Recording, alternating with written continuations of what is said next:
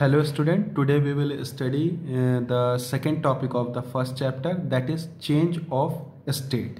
So before starting from change of state, we will first discuss about kinetic energy and potential energy because these two terms will be used over here. ठीक है? So let's start from the kinetic energy.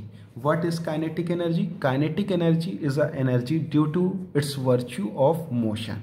इसका मतलब ये हुआ कि kinetic energy जो है वो अगर कोई भी ऑब्जेक्ट मूव कर रहा है तो उसमें कौन सी एनर्जी होगी? काइनेटिक एनर्जी होगी। एग्जाम्पल हम लोग ले सकते हैं जैसे कि मूविंग कार या मूविंग बॉल। कोई भी ऑब्जेक्ट अगर मोशन कर रहा है तो उसमें कौन सी एनर्जी है? काइनेटिक एनर्जी है। इसी तरीके से हम लोग डिस्कस करेंगे पोटेंशियल एनर्जी। तो potential energy is a energy due to its virtue of position, यानी कि किसी ऑब्जेक्ट की पोजीशन के वजह से जो एनर्जी होती है वो उसकी पोटेंशियल एनर्जी कहलाती है। For example a ball kept on the rock, और सिंपली वी कैन से कि अगर हम एक बॉल को लेते हैं उसको ग्राउंड फ्लोर से उठाकर फर्स्ट फ्लोर पे रख देते हैं तो बॉल और ग्राउंड के बीच का जो डिस्टेंस है वो बढ़ जाता है, यानी कि उन दोनों के बीच में क्या आ गई? एक हाइट आ गई, एक डिस्टेंस आ गई, जिसके वजह से बॉल की क्या होगी? पोटेंशियल एनर्जी बढ़ जाएगी। ठीक है, यानी कि बॉल को अगर हम उठाकर फर्स्ट फ्लोर की जगह थर्ड फ्लोर पे रखेंगे तो बॉल और ग्राउंड दोनों के बीच की डिस्टेंस बहुत ज़्यादा बढ़ गई, तो यानी कि बॉल की पोटेंशियल एनर्जी भी बहुत ज़्यादा बढ़ जाएगी। फर्स्ट केस के कंपैरिजन में थर्ड फ्लोर वाली जो पोटेंशियल एनर्जी है वो और ज़्यादा बढ़ जाएगी। ठीक है, now we will see the main topic that is change of state. So first of all we will see the solid. When solid convert into a liquid, this process is called melting, and vice versa process means when liquid convert into a solid, so this process is called freezing or solidification. अब हम लोग ये देखेंगे कि ये process होता कैसे है।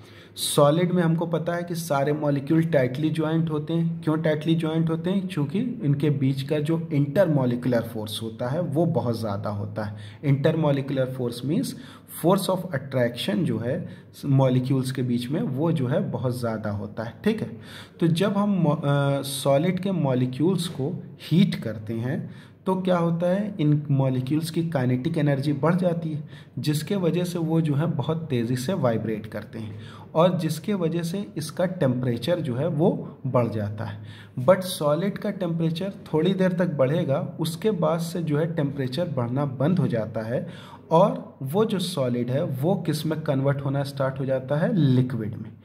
तो ऐसा पॉइंट और ऐसा टेम्परेचर जिस पर सॉलिड कन्वर्ट होना शुरू हो जाता है लिक्विड में, उस पॉइंट या उस टेम्परेचर को हम बोलते हैं मेल्टिंग पॉइंट। उस पॉइंट और या उस टेम्परेचर को हम लोग बोलते हैं मेल्टिंग पॉइंट। और ये होता कैसे है? ये होता ऐसे है कि जब हम इसको हीट किया हमने तो सॉलिड का टेम्परेचर बढ़ा। क्यों? क्योंकि इसकी काइनेटिक एनर्जी बढ़ी।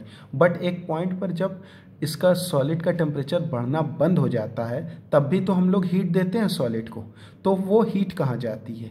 वो हीट सॉलिड की पोटेंशियल, सॉलिड के मॉलिक्यूल्स की जो पोटेंशियल एनर्जी है उनको बढ़ाने में यूज़ हो जाती है।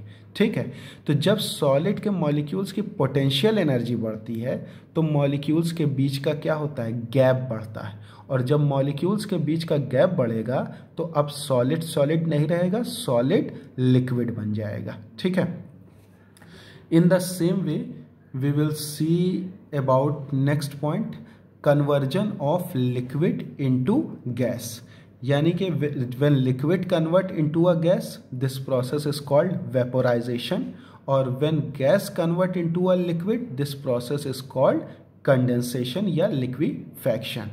बट प्रोसेस कैसे होता है? सेम है। लिक्विड के मॉलिक्यूल्स में हमको पता है थोड़ी सी गैपिंग होती है। ठीक है, अब हमने इसको हीट किया तो क्या होगा? लिक्विड का टेम्परेचर बढ़ता जाएगा। क्यों? क्योंकि लिक्विड के मॉलिक्यूल्स की काइनेटिक एनर्जी बढ़ती जाएगी। बट एक सर्टेन टाइम पीरियड के बाद से लिक्विड का टेम्परेचर बढ़ना बंद हो जाएगा।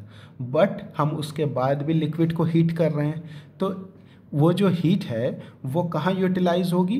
वो हीट जो है वो लिक्विड के मॉलिक्यूल की पोटेंशियल एनर्जी को बढ़ाने में यूटिलाइज होगी।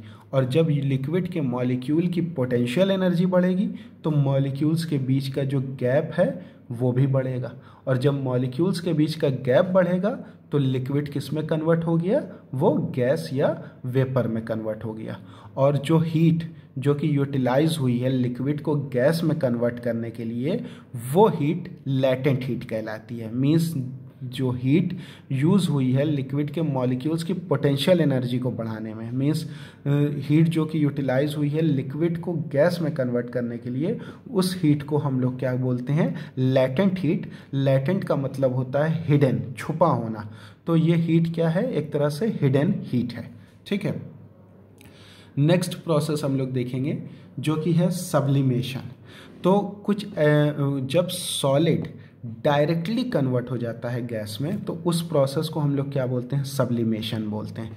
इसी तरीके से जब गैस डायरेक्टली कन्वर्ट होती है सॉलिड में तो उस प्रोसेस को हम लोग क्या बोलते हैं, डिपोजिशन बोलते हैं। ठीक है, तो हम लोगों के पास कुछ ऐसे सॉलिड होते हैं जिनके बीच का जो इंटरमॉलिक्यूलर फोर्स है वो बहुत वीक होता है, बहुत कमज़ोर होता है। ठीक है, तो जब इस तरीके के सॉलिड को ज़रा सा भी हीट किया या टेम्परेचर इसका बढ़ा तो जो इनका इंटरमॉलिक्यूलर फोर्स है वो कंप्लीटली डिस्ट्रॉय हो जाता है।